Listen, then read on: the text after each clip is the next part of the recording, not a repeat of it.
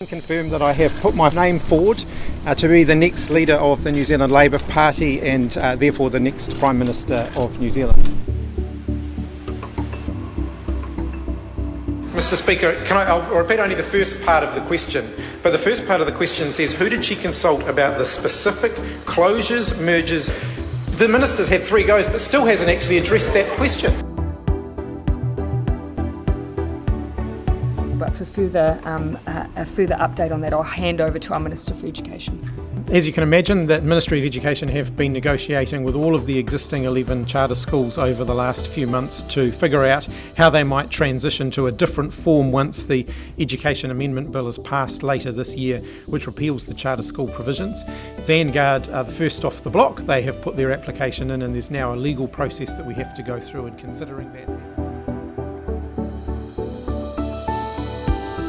Pleased to, be able to oversee the COVID-19 response next year? Look, COVID-19 is a huge challenge. It's going to be a challenge that will be with us for some time yet. Obviously, I've spent a bit of time over the last 4.5 months looking at all of the incidents. Look, it is a challenge in higher density areas for people to get outside and to spread their legs when they are when they're surrounded by other people. So you can have people pashing on a dance floor, but I have to wear a mask to go to the supermarket. At the moment, you still have to wear a mask in a retail environment. That is correct. What? Where is your logic on that? Ultimately, it's a question of volume. There are going to be fewer. There are going to be a lot more people in the supermarket on a weekly basis than there'll be out and about pashing on a dance floor.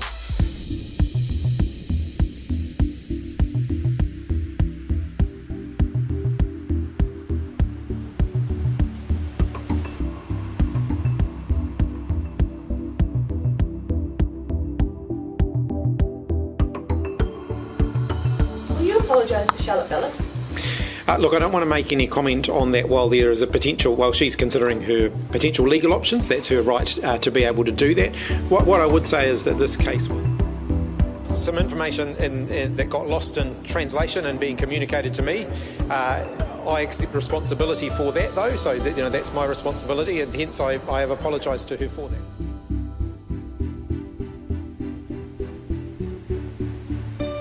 It's a matter of record at the time that a clerical error was admitted at the time.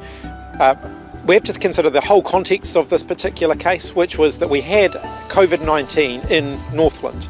And so the decisions that we took around the Northland lockdown were to protect Northlanders. Many of the claims made around the Northland case were claims made by other people and not by me.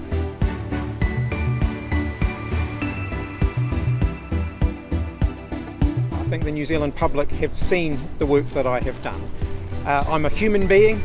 I'll make the odd mistake from time to time. I try and own the mistakes that I make. I don't pretend to be someone that I'm not. I've never done that in the past and I don't intend to start doing that now. Thanks for checking out our YouTube channel. To stay up to date with all the latest news from the New Zealand Herald, click the subscribe button below or check out one of the videos here, and head over to nzherald.co.nz for more details on these stories and more.